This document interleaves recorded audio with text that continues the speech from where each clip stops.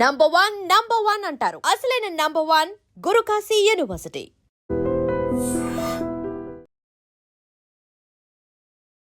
ఇందిరమ్మ ఇల్లు ఇది ప్రభుత్వం చాలా ప్రతిష్టాత్మకంగా తీసుకున్నటువంటి పథకం. ఎందుకంటే నియోజకవర్గానికి 3500 ఇళ్ల చొప్పున మేము నిర్మించి ఇవ్వబోతున్నాం మా హయాంలో అన్నటువంటి మాట కన్సర్న్ మంత్రి ఎవరైతే ఉన్నారో పొంగులేటి శ్రీనివాస్ రెడ్డి అనౌన్స్ చేసినటువంటి పరిస్థితి. అట్లాగే ఆ రోజే ఎప్పుడైతే ఈ స్కీమ్ ని అనౌన్స్మెంట్ చేశారో ఆ రోజు నుంచి కూడా ఆఫీసర్స్ కి క్లియర్ కట్ ఇన్స్ట్రక్షన్స్ కూడా ఇస్తున్నారు.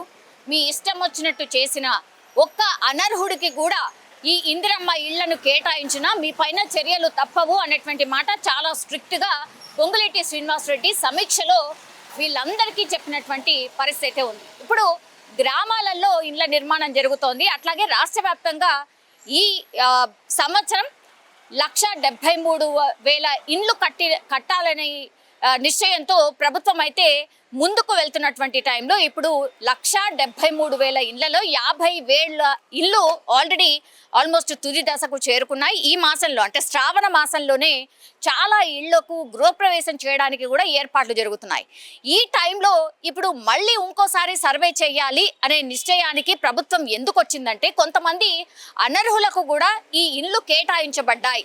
ఎందుకంటే ప్రభుత్వం ఫస్ట్ నుంచి కూడా చెప్తోంది ఈ 360 డిగ్రీస్కి సంబంధించి పూర్తిగా ఆ ఇళ్ల లబ్ధిదారులు ఎవరైతే ఉంటారో 360 డిగ్రీస్ ఆ ఇళ్ల నిర్మాణంకు సంబంధించిన పూర్తి పిక్చర్ కావచ్చు, ఆ తర్వాత జియో ట్యాగింగ్ కావచ్చు, దెన్ పైనుంచి డ్రోన్తోని 4 దిక్కుల ఇల్లుకు 4 దిక్కుల తీసే పిక్చర్స్ కావచ్చు, ఏ టెక్నాలజీ కావచ్చు, అండ్ గ్రామ సభల్లో సెక్రటరీల హెల్ప్ కావచ్చు, ఇవన్నీ తీసుకున్నా క్రాస్ చెక్ చేసుకున్నా సరే అధికారులు గుర్తించినటువంటి అనర్హుల జాబితా ఎంత అంటే 1950 ఇండ్లు ఏవైతే ఉంటాయో అనర్హులు ఉన్నారు ఇందులో.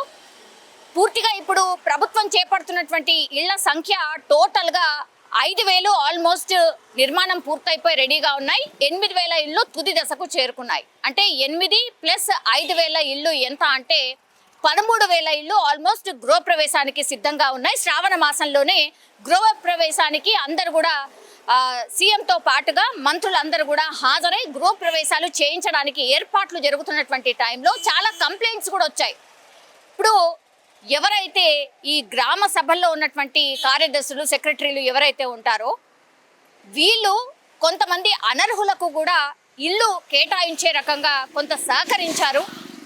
వాళ్ళ జాబితాను ఒకసారి గుర్తించండి, సర్వే చేయండి అని కలెక్టర్లకు ఆదేశించినటువంటి పరిస్థితి. దీంతో కలెక్టర్స్ పూర్తిగా మళ్ళోసారి గ్రౌండ్ లెవెల్లో పూర్తి స్థాయిలో సర్వే చేసినప్పుడు 1950 మంది అనర్హులుగా గుర్తించారు. ఎందుకంటే ఎవరైతే నిరుపేదలు ఉన్నారో అంటే జాగా ఉండి నిరుపేద కుటుంబం ఒక్క పైసా కూడా పెట్టి ఇల్లు నిర్మాణం స్టార్ట్ చేయలేనటువంటి సిచ్యువేషన్లో ఉన్న వాళ్ళకే మొదటి విడతగా ఇళ్లను కేటాయించాలని ప్రభుత్వం డిసైడ్ అయింది. అందులో భాగంగానే వాళ్ళు కట్టుకున్న కొద్దిగా బిల్స్ శాంక్షన్ అవుతున్నటువంటి పరిస్థితి.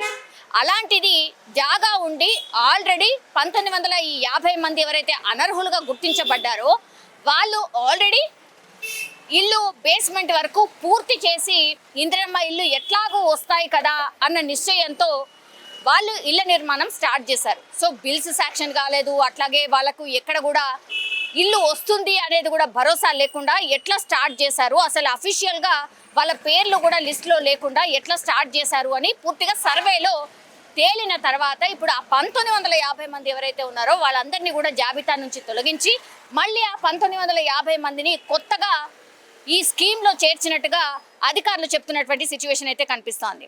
సో ఈ 1950 మంది జాబితా ఎవరిచ్చారు, ఎవరెవరు ఇందులో ఇన్వాల్వ్ అయి ఉన్నారు అని అధికారులు ఒక ఎంక్వైరీ అయితే స్టార్ట్ చేశారు. సో ఆల్రెడీ ఒక 5 అధికారుల మీద కూడా వేటు పడ్డట్టుగా స్పష్టంగా గవర్నమెంట్ అయితే చెప్తున్నటువంటి సిచ్యువేషన్ అయితే కనిపిస్తోంది. ఇప్పుడు ఇందిరమ్మ ఇళ్ళు ఎవరైతే లబ్ధిదారులు ఉన్నారో, ఎవరికైతే ఇందిరమ్మ ఇళ్ళు శాంక్షన్ అయ్యాయో మధ్యవర్తిగానో లేకపోతే అధికారులు అఫీషియల్గా నోట్ చేసుకోకుండానే మీరు ఒకవేళ ఇందిరమ్మ ఇళ్ళని స్టార్ట్ చేస్తే మాత్రం ఇదే పరిస్థితి ఉంటుంది.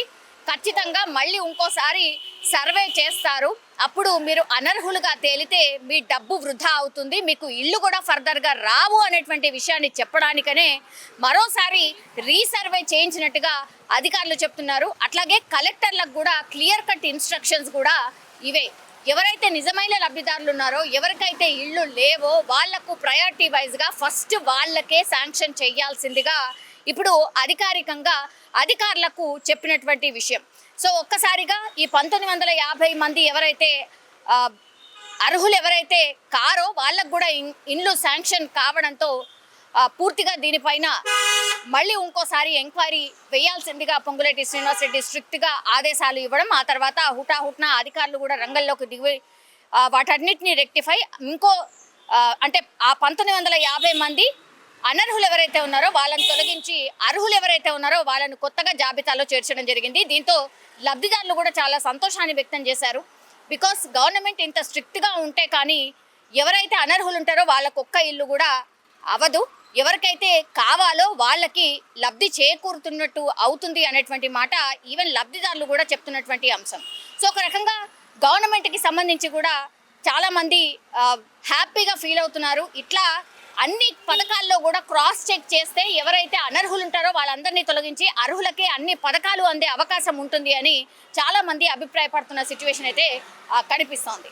సో ఇప్పుడు శ్రావణ మాసంలో గృహప్రవేశాలకి ఆల్మోస్ట్ ప్రభుత్వం సిద్ధమైపోతుంది. 12,000 రాష్ట్ర వ్యాప్తంగా ఉన్నటువంటి 12,000 ఇళ్ల గృహప్రవేశాలు శ్రావణ మాసంలో జరిగేందుకు అన్ని ఏర్పాట్లు కూడా ప్రభుత్వం చేస్తున్నట్టుగా మనకైతే కనిపిస్తుంది. నిజంగా ప్రస్తుతం ఉన్నటువంటి సమాజం దేనికి ప్రయారిటీ ఇస్తుంది?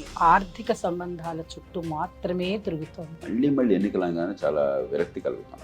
మంచి అనిపిస్తుంది కదా, లేడీస్ కూడా ఛాలెంజింగ్ జాబ్స్ చేసినప్పుడు చాలా బాగుంటది. ట్రాఫిక్ అసిస్టెంట్స్ గా నియమించిన ట్రాన్స్జెండర్స్ అందరితో సాల్యూట్ చేయించుకుంటున్నారు. ఫుడ్ డెలివరీ ఇవ్వటానికి వెళ్ళినటువంటి డెలివరీ బాయ్ అనిల్ పై కళ్ళ ముందు పెళ్ళండి